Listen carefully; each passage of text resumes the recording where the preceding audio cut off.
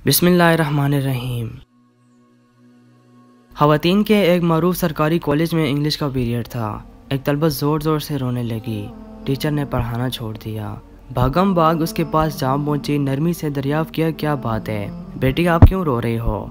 उसने सिसकियाँ लेकर जवाब दिया, मेरी फ़ीस के पैसे चोरी हो गए हैं, बैग में रखे थे, किसी ने निकाल लिए हैं। टीचर ने एक लड़की को इशारा करते हुए कहा, कमरे के दरवाजे बंद कर दो, कोई बाहर न जाए, सबकी तलाशी होगी। टीचर ने सामने की 3 तलबात की खुद तलाशी ली और फिर उन्हें पूरी क्लास की तलबात की जेबें चेक करने और बस्तों की तलाशी की हिदायत की। कुछ देर बाद 2 लड़कियों की तकरार से अचानक एक बार फिर शोर गूंज उठी। टीचर अपनी कुर्सी से उठते हुए बोली, क्या बात है? मिस तलाशी लेने वाली तलबा बोली, कौसर अपने बैग की तलाशी नहीं लेने दे रही थी। टीचर वहीं तड़क से बोली, फिर वैसे इसी ने चुराए होंगे। तड़प कर बोली, नहीं नहीं मिस, मैं चोर नहीं हूँ तो फिर बैग की तलाशी लेने क्यों नहीं दे रही हूँ? कौसर किताबों के बैग को सख्ती से अपने सीने से लगा लिया। नहीं, मैं तलाशी नहीं दूंगी। टीचर आगे बढ़ी। उसने कौसर से बैग छीनने की कोशिश की लेकिन वो कामयाब ना हो सकी। इसे गुस्सा आ गया। टीचर ने कौसर के मुंह पर थप्पड़ मारा और वो जोर जोर से रोने लगी। टीचर फिर आगे बढ़ी। अभी उस तलबा को मारने के लिए हाथ उठाया ही था कि एक बार अब आवाज़ गूंजी, रुक जाओ। टीचर ने पीछे मुड़कर देखा तो वो प्रिंसिपल थी। न जाने कब किसी ने इन्हें खबर कर दी थी। इन्होंने तलबा और टीचर को अपने दफ्तर में आने की हिदायत की और वापस लौट गईं। प्रिंसिपल ने पूछा, क्या मामला है? टीचर ने तमाम माजरा कह सुनाया। उन्होंने तलबे से पूछा, तुमने पैसे चुराए? नहीं, उसने नफी में सर हिलाया। कौसर की आंखों में आंसू भरे आए थे। बिलफरज मान भी लिया जाए। प्रिंसिपल मदानत से बोली, जब तमाम तलबा अपनी अपनी तलाशी दे रही थी तो तुमने इनकार क्यों किया? कौसर खामोशी से मैडम को तकने लगी। उसकी आंखों से 2 मोटे मोटे आंसू निकलकर उसके चेहरे पर फैल गए। टीचर ने कुछ कहना चाहा लेकिन प्रिंसिपल ने हाथ उठाकर उसे रोक दिया। प्रिंसिपल का दिल तलबा के चेहरे को देखकर ऐसे चोर मानने पर आमादा न था। फिर उसने तलाशी देने के बजाय तमाशा बनना गवारा क्यों किया?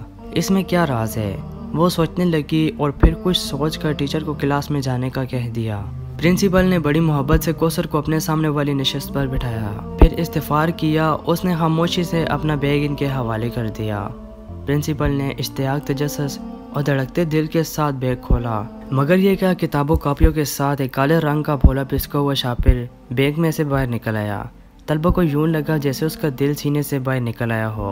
कौसर की हिचकियां बंद गई। फिर प्रिंसिपल ने शॉपर पिज़्ज़े के टुकड़े, नान के कुछ कबाब और दही चटनी में डूबी हुई चिकन की बोटियां, सारा मामला प्रिंसिपल की समझ में आ गया। वो कांपते वजूद के साथ उठी, रोती हुई कौसर को गले लगाकर खुद भी रोने लग गई।